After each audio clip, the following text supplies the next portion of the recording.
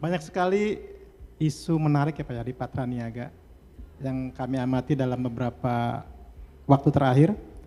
Yang kami anggap paling menarik adalah salah satunya minyak jelantah untuk aftur Pak. Itu dulu kita nggak bayangin nih Pak, minyak jelantah bisa digunakan untuk bahan bakar pesawat ya.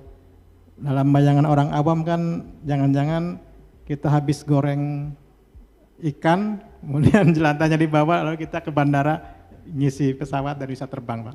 Boleh Pak dijelasin Pak? Terima kasih. Baik, terima kasih Pak Abdul Aziz. Selamat sore, Assalamualaikum warahmatullahi wabarakatuh. Yang saya hormati Pak Primus, Pak Abdul Aziz. Pertama-tama tentunya terima kasih atas undangannya di Green Energy Summit ini sehingga kita mempunyai media juga untuk melakukan sosialisasi atas apa-apa upaya-upaya transisi energi yang sedang kami lakukan. Terima kasih kepada Investor Trust untuk bisa memfasilitasi itu semua. Jadi Bapak Ibu mungkin sebelum saya langsung menjawab dari pertanyaan Pak Abdul Aziz tentang minyak jelantah, sebetulnya program transisi energi ini sudah berlangsung cukup lama dan minyak jelantah menjadi aftur from plate to plane ini sebetulnya menjadi bagian dari keseluruhan program tersebut. Tahun 2007 yang lalu sebetulnya kita sudah memulainya di sektor rumah tangga. Mungkin Bapak Ibu di sini ingat bahwasannya kita waktu itu pemerintah sudah menginisiasi konversi minyak tanah ke LPG. Itu program yang luar biasa besar saat itu dan melibatkan cukup banyak stakeholder di sana dan mengubah kebiasaan masyarakat untuk memasak. Yang tadinya menggunakan minyak tanah sekarang sudah sangat terbiasa menggunakan LPG. Tahun 2008 itu kita lanjutkan, di mana kita melanjutkan dengan melakukan blending atas FAME atau produk biofuel, biodiesel ke dalam solar. Waktu itu hanya 2,5%. Tahun 2008.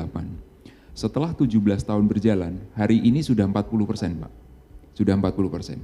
Jadi sebetulnya kita sudah menjalani ini dan secara tidak sadar sebetulnya kita sudah melakukan transisi dari yang sebelumnya konvensional fuel dan saat ini kita sudah masuk ke area biofuel. Ini luar biasa pengalaman-pengalaman ini dan hal yang utama di mana kami belajar dari proses ini adalah alignment.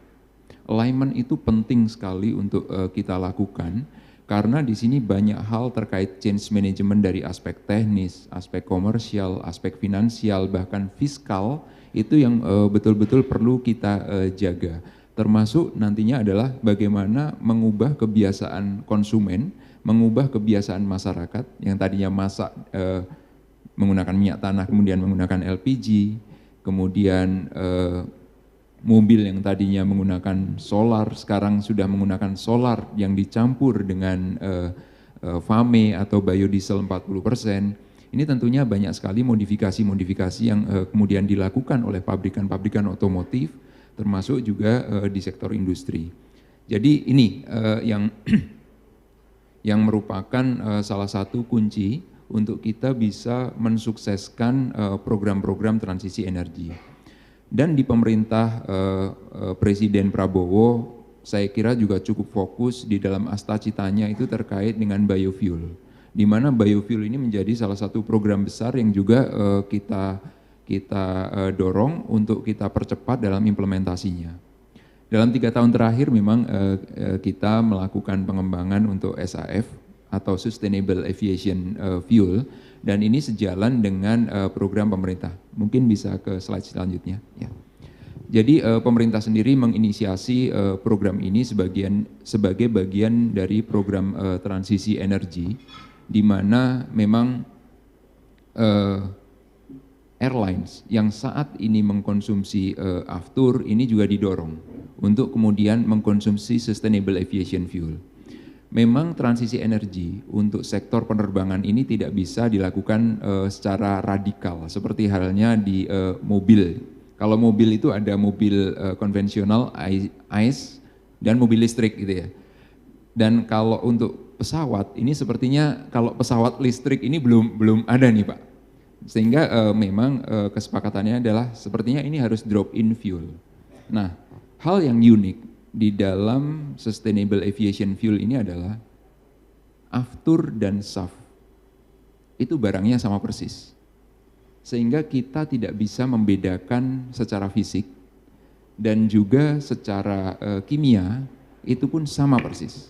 Itulah keuntungannya drop in fuel, sehingga pesawat sendiri tidak perlu memodifikasi seluruh infrastrukturnya, mulai infrastruktur di bandara sampai infrastruktur di dalam pesawatnya sendiri. Itu salah satu keuntungannya. Lalu kemudian sekarang yang dihitung adalah bahan bakunya dari apa. Ketika kita bicara sustainable aviation fuel, ada beberapa pilihan bahan baku sebetulnya Bapak Ibu. Akan tetapi kenapa kemudian kita muncul dengan UCO atau used cooking oil. Jadi used cooking oil ini merupakan bagian dari waste to energy yang tadi mungkin Pak Halim sudah sempat sampaikan.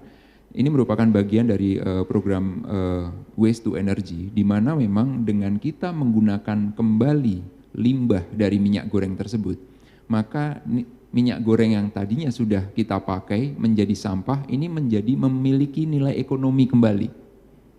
Kemudian tidak kita buang begitu saja, tetapi kita olah kembali. Sehingga tentunya ini mengurangi konsumsi dari crude oil yang dikonversi menjadi aftur, mengurangi juga konsumsi RBDPKO atau CPO yang kita bisa konversi juga menjadi aftur atau sustainable aviation fuel.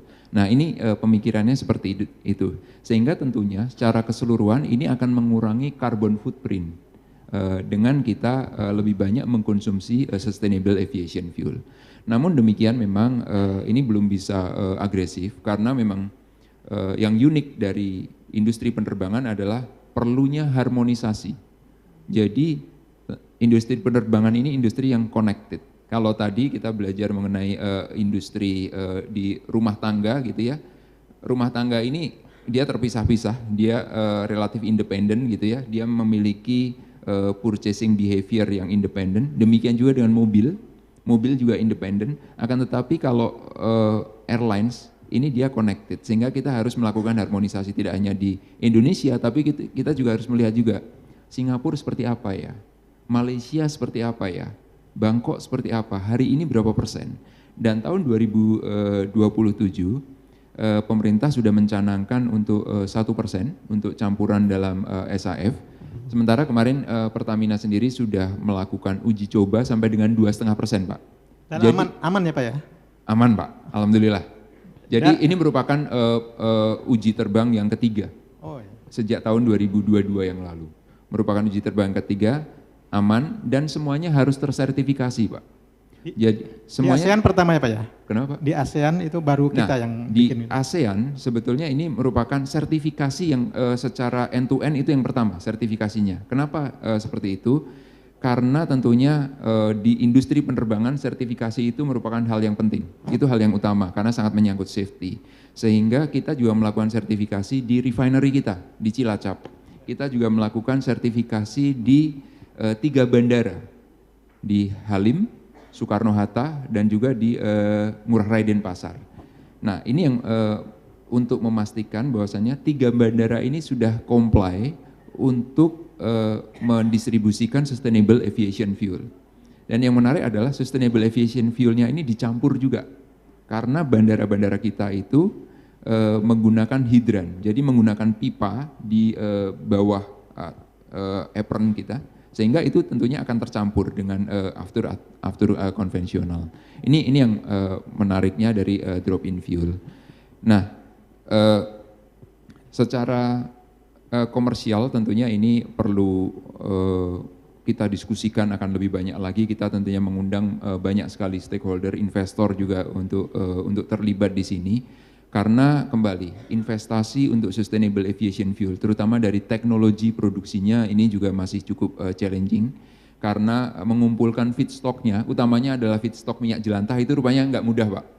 Jadi walaupun Indonesia ini pecinta gorengan, tapi rupanya juga nggak mudah kita untuk bisa mengumpulkan dalam jumlah banyak, kemudian kita produksi menjadi sustainable aviation fuel.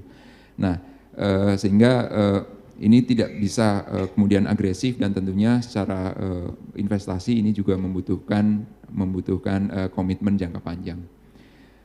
Dan selain sustainable aviation fuel, sebetulnya kita juga bergerak ke arah diesel. Jadi hydrogenated vegetable oils ini juga kita juga dorong, sehingga nantinya akan banyak mengatasi problem-problem teknis yang kita temukan ketika kita mencampur FAME atau produk CPO ini dengan solar.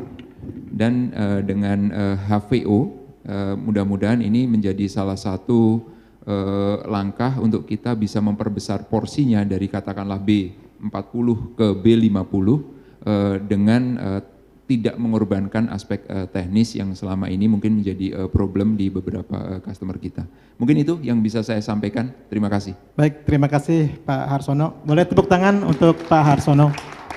Menarik sekali Pak.